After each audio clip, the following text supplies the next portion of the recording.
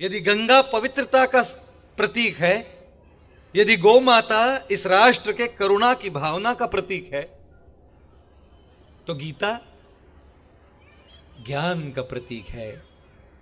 गीता एक ऐसा ग्रंथ है जो केवल भारतीयों ने नहीं पढ़ा है।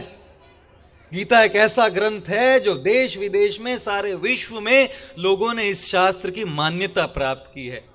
मैं जब विदेश जाता हूं तो कई बार वहां के कॉलेज यूनिवर्सिटी में प्रचार करने जाता हूं और उनके लाइब्रेरी में गीता रखी होती है और उनके कॉलेज में गीता एक क्रेडिटेड कोर्स होता है। यहां जब स्कूल पाठशालाओं में गीता पढ़ाने जाते तो हम कहते कि अरे ये तो केवल एक धर्म का हुआ, हम तो सेक्युलर है, ये है वो है। सारे विश्व में लोग गीता सिखा रहे हैं क्योंकि जानते हैं ज्ञान के बिना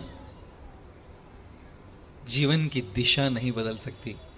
भाइयों और बहनों, महिलाओं और सज्जनों, आप सबसे एक बात कहना चाहता हूं, यदि जीवन की दशा बदलना चाहते हो तो सर्वप्रथम जीवन की दिशा बदलिए।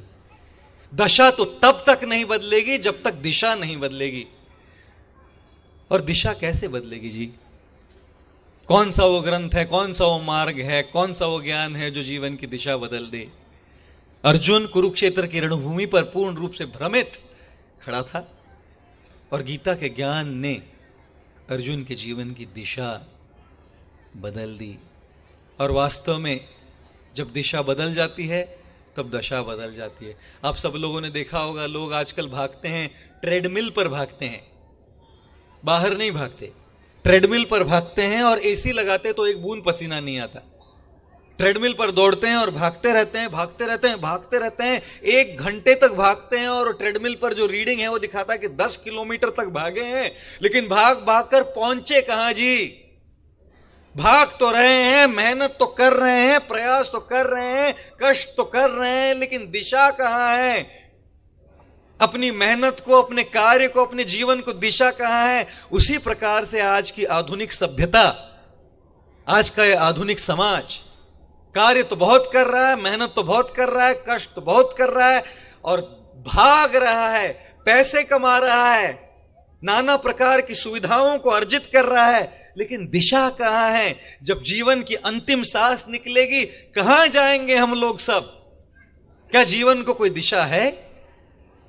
और यदि जीवन को दिशा देना चाहते हैं तो गीता एक ऐसा ग्रंथ है, ये तीसरा जी, जो हमारे जीवन को दिशा देता है, हमारे जीवन की दशा को बदल देता है और हमारे जीवन को परिवर्तित कर देता है।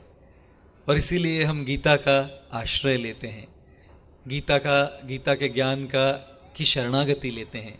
और श्रील प्रभुपाद जी ने हमको गंगा भी दी, हमको गोमाता भी दी और हमको भगवत गीता यथारूप भी दी। और इनकी ही वजह से, परम पूज्य भक्तिवेदांत स्वामी श्रील प्रभुपाद की वजह से सारे विश्व में लोग आज गीता पढ़ रहे हैं। जापानी में गीता है, चीनी भाषा में गीता है, रूसी भाषा में गीता है, फ्रेंच में गीता है, लैट्वियन में गीता है, स्लोवेनियन में गीता है, स्लोवाकियन में गीता है, इटालियन में गीता है।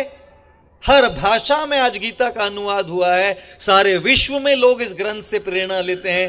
हम आप सबसे निवेदन करते हैं कि इस राष्ट्र की इस धरोहर को गंभीरता पूर्वक स्वीकार कीजिए